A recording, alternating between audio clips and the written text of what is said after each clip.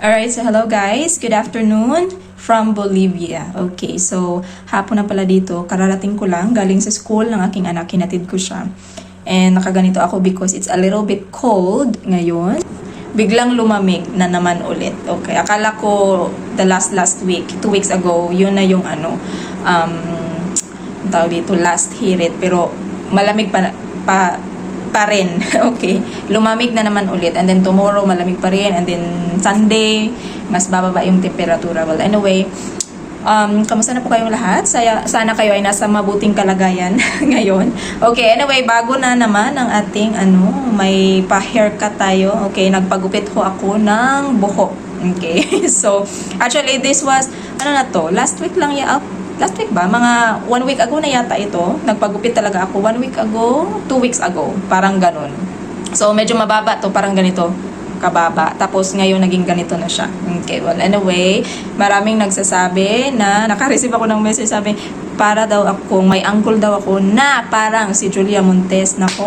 Ito talaga si ma'am. Nag-comment si ma'am. Okay, nag-comment si ma'am. May mga uncle na para akong si Julia Montes. Nako. Ito talaga si ma'am. Oy, hindi naman. Napakalayo. It's very, very far.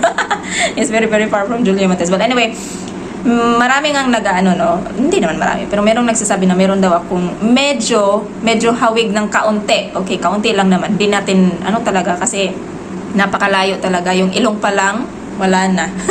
Ilong pa lang, wala na. So, yun, okay, parang napakalayo. Tingnan nyo yung mga pictures na parang napakalayo naman. Merong kaunti siguro sa mata, parang kami ng mata. Parang hawig kami ng mata. Parang lang, okay.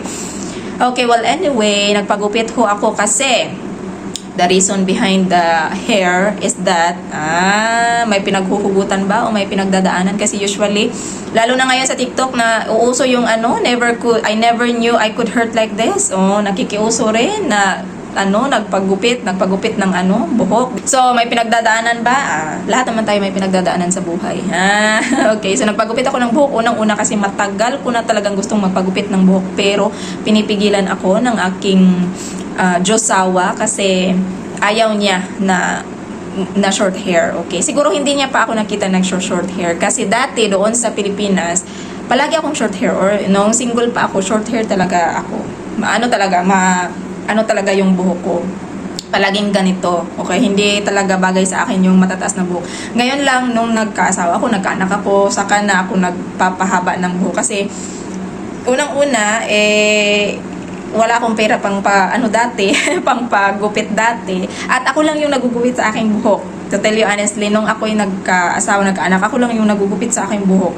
Lang ako, tinatalian ko, tapos ginugupit ko ng kusa kasi wala akong gusto kong gupitan pero wala akong pera pang pagupit, yung parang ganun. So, ngayon, nagpapagupit na ako doon sa meron akong suki dito sa public market, meron akong suki, siya yung nagugupit sa akin. Sabi ko, magpagupit na nga ako kasi yung buhok ko, guys, para ng sa Bisaya pa, silhiglanot. Okay, nana. So, ganon. So, tinatali na lang. Tapos, hindi ko na masuklay kasi walang panahon na magsuklay. Tapos, nakakainis kasi kapag may lakad or umaalis, hindi na talaga ako nakakasuklay. Na lang, tinatali ko na lang ng paikot. Tapos, ganon pa rin. Kinabukasan, tinatali pa rin. So, para na siyang lanot, gyud. Lanot. Naiinis ako. So, ayoko nang ganun. Sabi ko pa, anuhan ko na lang. Kasi ganito, kahit wala tong suklay-suklay, guys, na ko lang sa aking kamay. So, ganun talaga. Ngayon ko lang na-realize kung bakit, yung mga nanay natin sa Pilipinas, yung mga, kahit sino, yung mga nanay natin, ay kalkag o buhok. Hindi naman lahat, pero yung mga nanay talaga kadalasan is hindi na nakakapagsuklay, hindi na naaalagaan yung kanilang sarili dahil ganito pala talaga ang pagiging nanay. Okay, pagiging asawa na wala ka na talagang panahon. Wala nang panahon para sa iyong sarili, hindi mo na maaalagaan yung sarili tulad ng dati nung ikaw ay single pa. Ganun pala talaga. So, ngayon ko lang na-realize nung ako ay naging nanay na. Nung asawa pa, okay pa yun, yung walang anak, naaalagaan mo pa yung sarili mo. Pero once na meron ka ng anak, doon mo lang talaga parang marirealize na, ay ganito pala. Kaya pala kadalasan na nakikita natin na parang losyang yung mga nanay. Kahit nga ako, feeling losyang ako, no? Sobra talaga, as in, tumanda talaga ako ng ano, matanda na nga yung face ko dati. Pagka ano ko pa, pagka nagbuntis tapos nanganak, na mas lalong tumanda, dumoble. Kaya, tapos nagpapahaba pa ng buhok, hindi bagay sa akin, mas lalong tumanda. Naku, nagiging triple na yung mukha ko, parang triple sa aking edad. Yung parang ganun. So, kaya nagpagupit talaga ako. Okay, nagpagupit talaga ako. Tapos, nagustuhan naman yung tiyahin ko, yung tiyahin ng asawa ko na kapitbahay namin. Pumunta siya dito, bumisita siya. Tapos sabi niya, ang ganda ng buhok mo, gustong gusto ko, bagay sa'yo. Sabi niya gano'n. Ang bait-bait niya, siya yung sinasabi kong napakabait sa akin, napakabait talaga. Sabi niya, gusto niya yung buhok ko. Sabi ko, salamat. Sabi ko, meron din nagsabi na para daw akong bata sa haircut ko. Usong-uso naman to sa Pilipinas, diba? Usong-uso to sa Pilipinas. Ang peg na peg ko nga dito, pinakita ko doon sa ano, sabi niya, ano bang haircut gusto mo? Sabi ko, ito, alam niyo kung sino, syempre si Ann Curtis yung nakita kong mali, kasi naghahanap ako ng mga mga pictures of mga short hair. Nakita ko doon si Ann Curtis, mga Bea Alonso. Yung kay Bea Alonso mas maano pa dito, mas maikli pa dito. Actually, mas maikli pa to ha. Hindi to shoulder talaga. Mas maikli pa to. I will gonna show you a picture. Mas maikli pa to ng kaunti lang. Okay? Hindi to sagad talaga dito sa aking shoulder. Ngayon, medyo humaba na siya ng kaunti. So, yun yung peg ko. Sabi ko, ganun. Sabi ko, bagay kaya sa akin. Kasi medyo matagal na talaga akong hindi nagpapagupit, guys, ng short hair.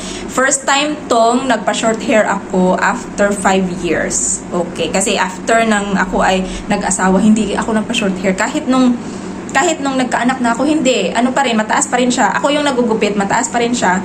Kasi parang pa-V ba yung style. So, yeah, and I feel napakagaan talaga sa sa ulo. Alam nyo yun. Tapos ang bilis-bilis tuklayin. Ito yung namimiss ko, kaya nagpagupit talaga ako. Minsan tong asawa ko kasi na kung ayaw niya, syempre napipilitan akong hindi na lang, huwag kang magpagupit, huwag kang magsuot ng ganyan. Minsan may mga ganun siyang mga moment talaga na huwag kang magsuot ng ganyan, huwag kang magpagupit ng ganito, ganyan. Ngayon kasi wala siya nung nagpagupit ako, pinagupitan ko talaga kasi. Okay, well, anyway, so yun na nga. Okay, so ito yung na-realize ko ba, maraming bagay akong mga na-realize lately na sabi ko, talagang ganun pala talaga yung buhay, Sabi ko, you will never know how your mother feel until you become a mother. Diba? Yung nanay natin na palaging galit, yung nanay natin na parang losyang, yung nanay natin na palagi tayong sinisermonan, yung parang ganun, yung parang walang panahon sa sarili, palaging sinasaway tayo, yung parang ganun. Hindi natin naiintindihan until tayo rin ay magiging isang magulang, magiging isang ina, ama. Okay, you will never know how to be a parent until you become a parent. Okay, ganun pala talaga. Okay, so doon ko na na-realize na ay ganito pala yung pagiging nanay, pagiging asawa.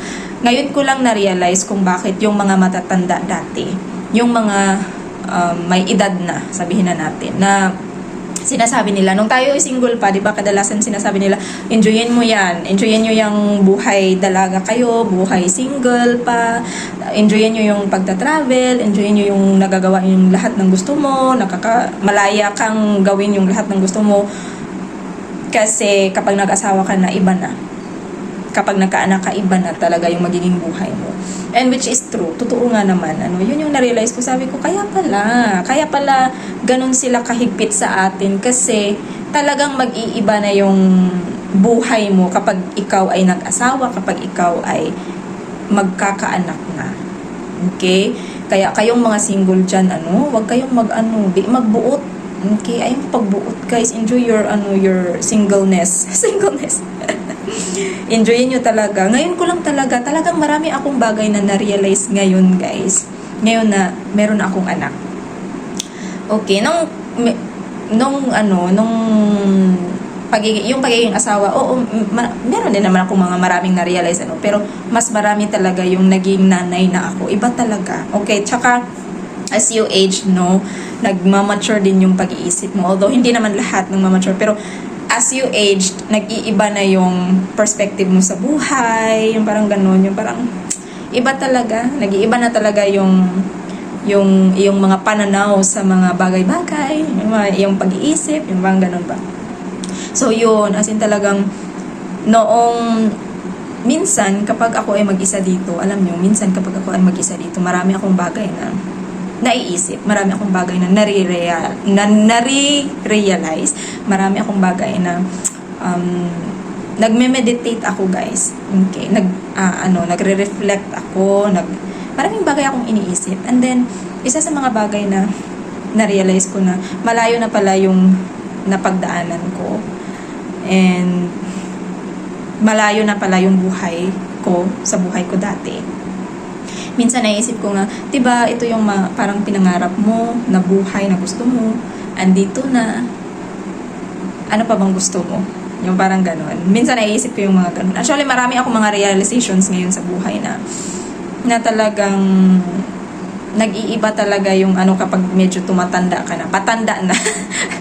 Matatanda talaga. Well, anyway, so siguro ko yan, magkukwentuhan tayo about that sa ibang video naman. So for this time, ito lang muna